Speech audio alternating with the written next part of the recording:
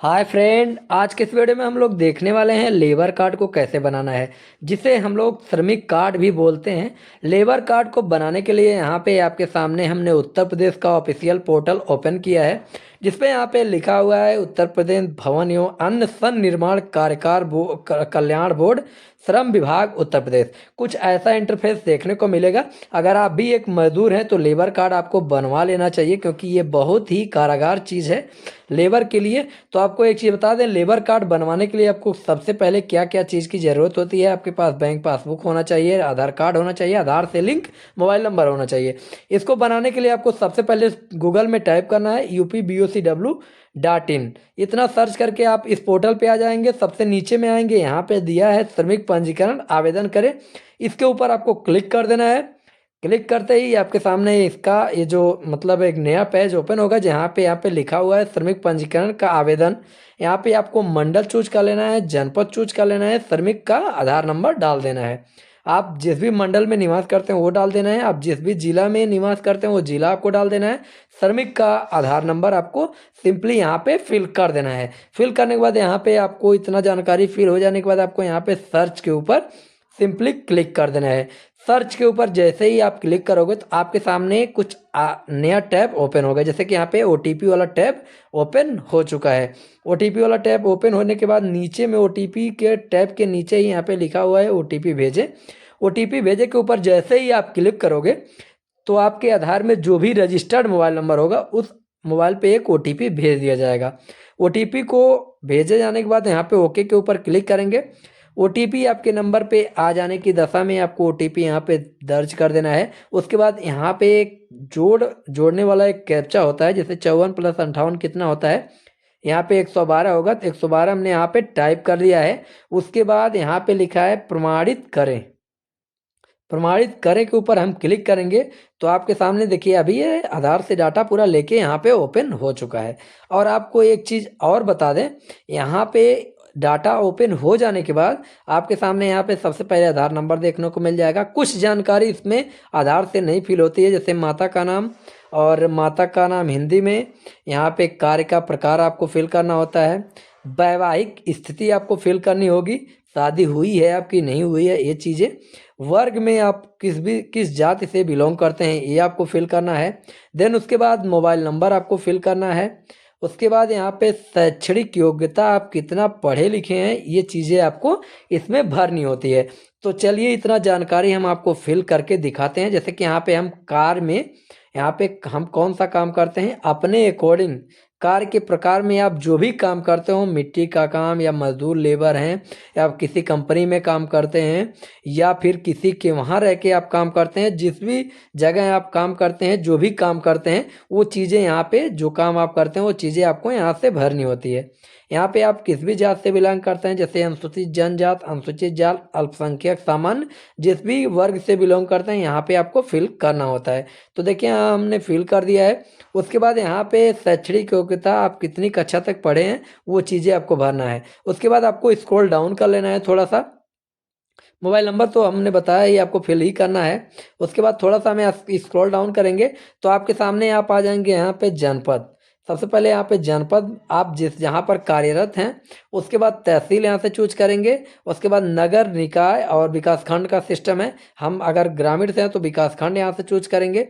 Pin code दर्ज करेंगे, ग्राम panchayat choose करेंगे, यहाँ पे पोस्ट ऑफिस आपको चूज कर लेना है, थाना चूज कर लेना है, गली मोहल्ला चूज कर लेना है, जो भी, यानी कि ये सारा सिस्टम केवल पते का सेक्शन है, पता का सेक्शन है। उसके बाद यहाँ पे लिखा हुआ है पत्र व्यवहार एवं अस्थायी पता एक ही है, तो यहाँ से टिक करें। तो मेरे द्वारा दी गई जानकारी सब एक ही है, तो यहाँ पे हम टिक कर लेते हैं। जो हमने ऊपर में पता फिल किया है ऑटोमेटिक ये नीचे में कॉपी हो जाता है। कॉपी हो जाने के बाद आपको करना क्या है, जैसे ही कॉपी होता है, कॉपी हो जाने के बाद आपको क्या करना है, इतना फिल हो जाने के बाद हम थोड़ा सा यहाँ से स्क्रॉल डाउन करेंगे। स्क्रॉल डाउन करने के बाद यहाँ पे पूछा गया है विदेश में काम करने के लिए हेतु। अगर आप विदेश में काम करने के लिए इच्छुक हैं तो यहाँ पे आप हाँ में जवाब देंगे।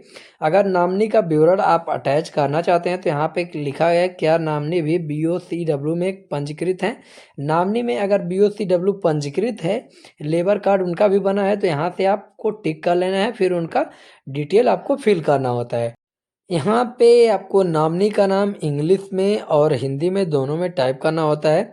उसके बाद यहाँ पे श्रमिक से संबंध क्या है, नॉमिनी का पति है, पत्नी है, माता या पिता, जो भी चीज़ें हैं यहाँ पे आपको संबंध यहाँ पे दर्ज करना होता है।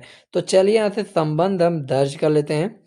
संबंध मेरे दशा में पत्नी है, तो पत्नी यहाँ से हम चूज कर लेते हैं। पत्नी चूज करने के बाद आपको एक चीज़ और बता दें, यहाँ पे लिखा हुआ है श्रमिक के परिवार के सदस्यों का विवरण। अगर श्रमिक के परिवार में और लोग हैं जो कि लेबर कार्ड में पंजीकृत हैं, तो उनका पंजीकरण संख्या, नाम और आधार संख्या, सारा कुछ इसमें फीड करने के लिए बोला जा रहा है। लेकिन हम ये जानकारी नहीं फीड करने वाले हैं। ये आप चाहें तो भर सकते हैं, अन्यथा छोड़ सकते हैं, कोई दिक्कत नहीं है। हम थोड़ा सा और स्क्रॉल डाउन करने वाले हैं। थोड़ा सा हम स्क्रॉल डाउन करेंगे, इतनी जानकारी हम नहीं फिल करेंगे, थोड़ा सा हम और स्क्रॉल डाउन करेंगे। स्क्रॉल डाउन करने के बाद यहाँ पे हम आ जाएंगे बैंक के विवरण में। यहाँ पे आपको बैंक खाता नंबर और यहाँ पे आईएफएससी कोड डाल देना है। उसके बाद यहाँ पे आपको खाते का प्रकार चूज करना है और कोई जानकारी यहाँ पे आपको नहीं फिल करना है और सब छोड़ देना है। कुछ जानकारी आपको खाता नंबर, आईएफएससी कोड डालते ही भर जाएगी। उसके बाद थोड़ा सा हम नीचे करेंगे तो यहाँ पे एक डिक्लेरेशन पेज है, ये ऑटोमेटिक ही ऑनलाइन ही फिल होता है। आप आ जाएंगे नियोजक में। नियोजक में आपको यहाँ पे जो है आप कितने नियोजकों के यहाँ काम किए हैं, तो मैं यहाँ से एक नियोजक ले लेता हूँ। आपको एक चीज़ बता दें, कम से कम इसमें आपको 90 दिन का काम दर्ज करना होता है। अगर आप 90 दिन से कम काम दर्ज करते हो तो आपका लेबर कार्ड नहीं अप्रूव किया जाएगा। इसलिए कम से कम आप 90 दिन का काम इसमें भरें। तो देखिए हम यहाँ से काम चूज कर लेते हैं। काम चूज करेंगे, यहाँ से मिट्टी का काम मेरा है तो यहाँ से चूज कर लेंगे। यहाँ पे हम 100 दिन का काम दिखा देते हैं।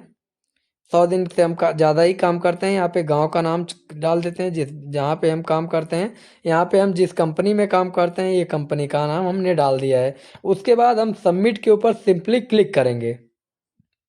उसके बाद हम फाइनल सेव के ऊपर क्लिक करेंगे तो डाटा सेव सक्सेसफुली का मैसेज आपको देखने को मिल जाएगा। देन यहाँ पे हम फाइनल सेव दोबारा से यहाँ पे क्लिक करेंगे। तो यहाँ पे एक चीज़ बता दें, हम एक यहाँ पे छोड़ रहे हैं, यहाँ पे आपको घोषणा पे जितना दिया गया है इसको आपको टिक कर लेना है सारे पे। उसके बाद आपको फाइनल सेव के ऊपर सिंपली क्लिक कर देना है। फाइनल सेव के ऊपर क्लिक करेंगे, ओके के ऊपर क्लिक करेंगे। उसके बाद हम थोड़ा सा यहाँ पे आपको थोड़ा सा वेट कर लेना है। वेट करने के बाद यहाँ पे आपको एक पंजीकरण नंबर मिल जाता है, इस पे ओके के ऊपर क्लिक करेंगे। इस पे हम क्लिक करेंगे तो यहाँ पे भुगतान करे के ऊपर हम क्लिक कर देंगे। भुगतान आपको 20 रुपये प्लस 20 रुपये नवीनीकरण का चार्ज आपको पे करना होगा। यहाँ पे हमने क्लिक किया तो आपको 40 रुपये का यहाँ से पेमेंट करना होता है। तो देखिए यहाँ पे क्यूआर कोड की मदद से हम पेमेंट करने वाले हैं। तो यहाँ पे क्यूआर कोड पे ऊपर क्लिक करेंगे तो यहाँ पे आपको एक क्यूआर कोड देखने को मिल जाएगा। उसके बाद इस क्यूआर कोड पे किसी भी यूपीआई ऐप से आप 40 रुपीज़ का पेमेंट कर देना है आपको। पेमेंट करते ही आपके सामने कुछ ऐसा प्रोसेसिंग होगा। उसके बाद आपके सामने यहाँ पे आवेदन नंबर और रजिस्ट्रेशन नंबर देखने को मिल जाएगा। आपको इसको प्रिंट करके रख लेना है। ये लेबर कार्ड आपको 10 से 12 दिनों के अंदर गवर्नमेंट द्वारा अप्रूव कर दिया जाएगा। इसे आप सुरक्षित करके रख लेना है। तो आशा करता हूँ आज की ये वीडियो आपको पसंद आया होगा। वीडियो अगर पसंद आया हो तो वीडियो को एक लाइक कीजिएगा। मेरे चैनल पे आप नए हैं तो चैनल को सब्सक्राइब कीजिएगा। मिलते हैं ऐसे किसी नए वीडियो में, तब तक के लिए धन्यवाद।